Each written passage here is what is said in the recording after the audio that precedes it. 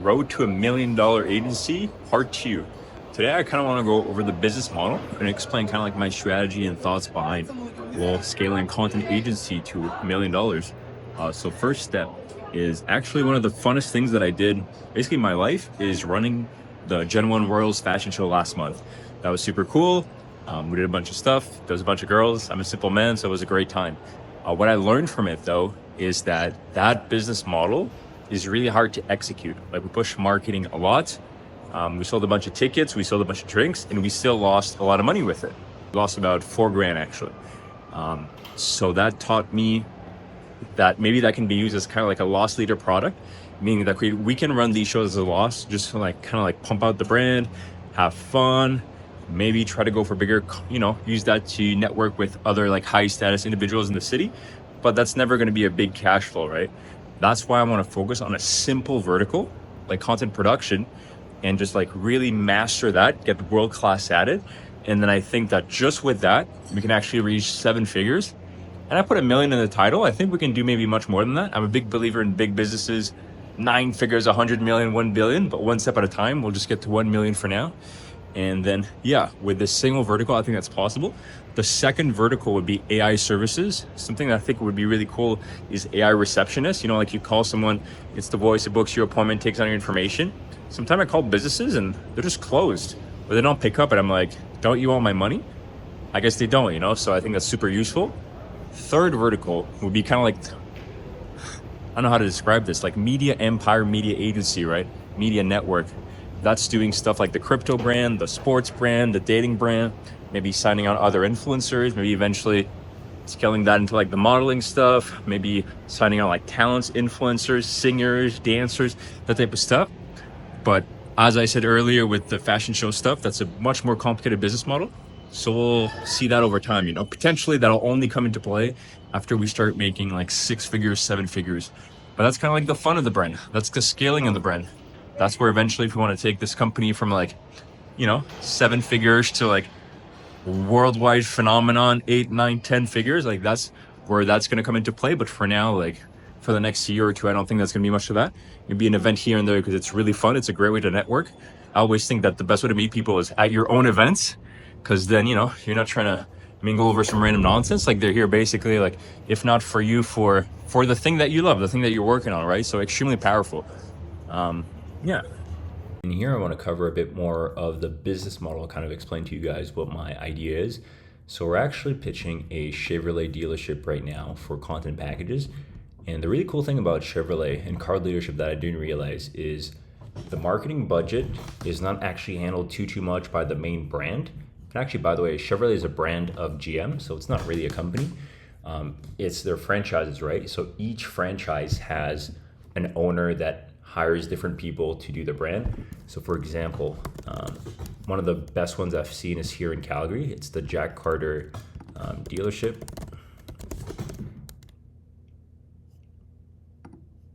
Yeah, right here, see they got 50K followers and stuff. I won't show you guys the exact dealership that we're pitching right now. You don't count your eggs before they've hatched, but just to show like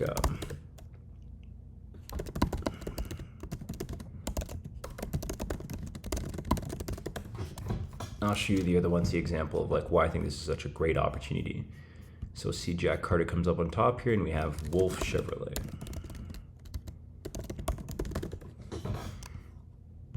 Yeah, see how the other one had 50K followers and was doing really well like this. See, they've obviously invested less into their social media. This one got a few reels, but the particular dealership that we had like didn't have reels since like 2024. Like, it was insane. See, these guys are still putting in stuff. Actually, I'll tell you guys, the dealership that we're pitching is in Toronto. Right now I'm in Calgary, but I'm working with a few partners out in Toronto to secure deals for a few different reasons. Both could just happen like that. Steve, the guy that's working with me, shout out Steve actually. Grateful seeing Arshad. He's helping me with the video and stuff, so shout out. He's the one that went in person at the dealership on Friday, talked to the general manager and kind of set up this thing. And then my job is to just close the deal. So you got some pictures and videos. And then my goal on the second front is eventually to turn this business both remote and global. So it's very important for me to have a repeatable process that can be scaled across different cities and eventually countries. On that topic here, I'll show you guys a little something. Whoops. Okay. Perfect, here. So this is our pricing structure breakdown, okay? And a lot of people, I don't think, realize the difference between revenue and profit. So for example, in my last reel, when I talk about a $5,000 retainer, a $60K contract, the cost for that, if we were to basically hire a team, is basically almost break even. I don't know what 150 out of 5,000 is, but that's like, let's try to do that math very quickly. I think you do 5,000 divided by 4850 times 100. No, it's the opposite. 4850 divided by 5,000. Alright, sorry, I have to cut quickly, but yeah, you take 4,800 divided by 5,000 times 100, you get 97, so basically 3%. So with these number here, we'd have 3% profit margins, which is pretty bad, but I'm not too concerned about that for a few reasons. First, well, we don't really have to pay almost any of that because we're going to handle that ourselves. So videography, Steve's doing, editing, I'm doing, models, we don't really need them for every shoot. Clothes, it's like our sales cost. It's basically what I'm going to be doing. This is just the amount for the system to be basically fully automated. And even then, these numbers are a bit higher than they need to be.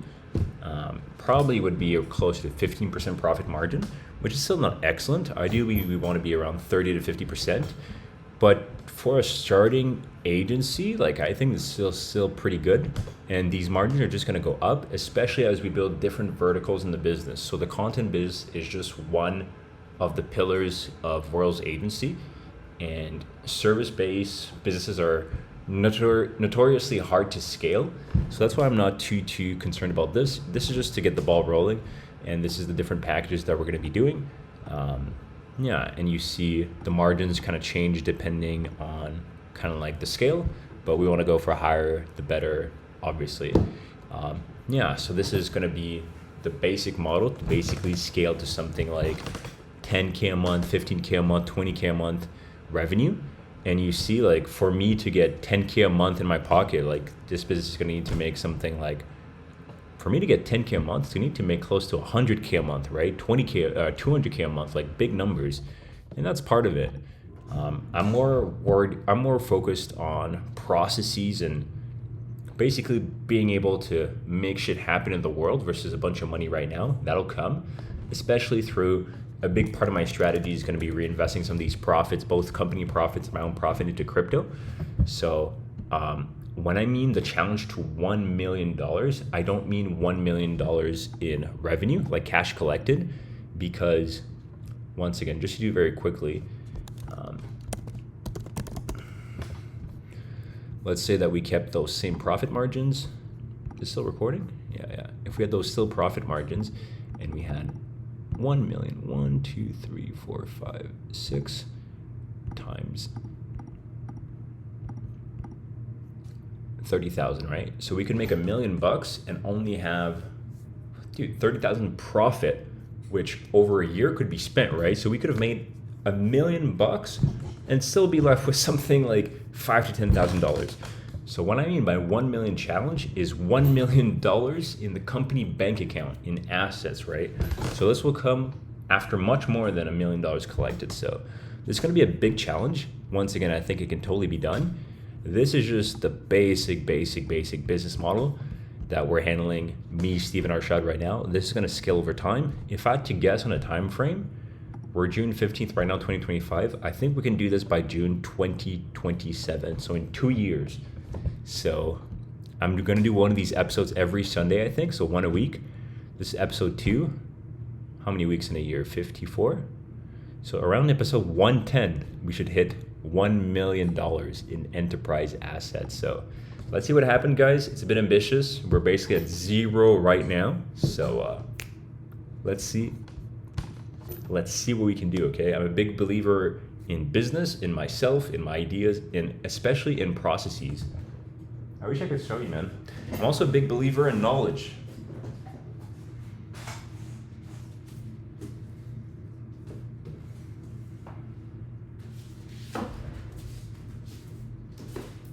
I'm not going to figure this out by myself. A lot of great minds have already put their thoughts into it. Seth Godin has already taught me a lot about marketing. Jim Collins has great ideas, so I have no doubt that with my predecessors, basically standing on the shoulders of a giant, we can make phenomenal things happen. So stay tuned, guys.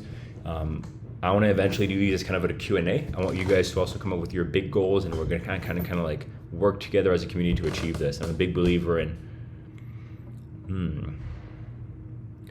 I don't want to say community. Sure, I am, but it's more about than that, guys. It's about the power of the species. Okay, we're taking over. Okay, we are a great people. Don't let social media and stuff kind of depress you about humans. We are the most powerful force on this planet. So, yeah, we're taking over big time, boys and girls. It's happening.